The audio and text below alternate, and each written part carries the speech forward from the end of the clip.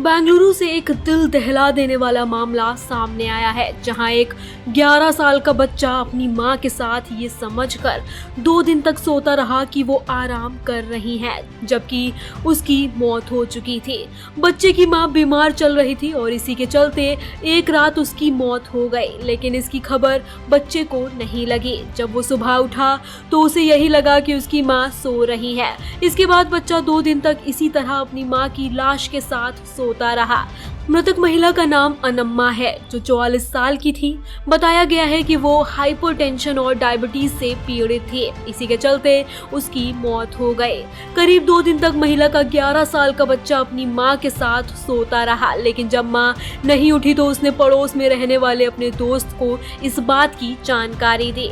उसने दोस्त को बताया कि उसकी मां 2 दिन से सोकर उठी नहीं है और बात नहीं कर रही है।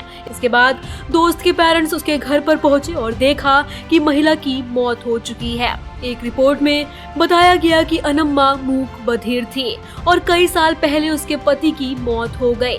पति की मौत के बाद वो बेंगलुरु के आरटी नगर में अपने बेटे के साथ रह रही थी। वे एक घरेलू सहायिका के रूप में काम कर रही थी, जबकि उसका बेटा स्कूल जाता था। हालांकि तबीयत ठीक नहीं होने के चलते उसने 2 दिनों के लिए काम छोड़ दिया था। पुलिस को शक है कि तबीयत खराब होने के चलते ही उसकी मौत हो गई। जब मां की मौत हो चुकी थी, उसके बाद भी बच्चा खुद से स्कूल गया और शाम को अपने दोस्तों के साथ पार्क में खेलने भी गया। उन्हीं के साथ उसने खाना भी खा लिया था।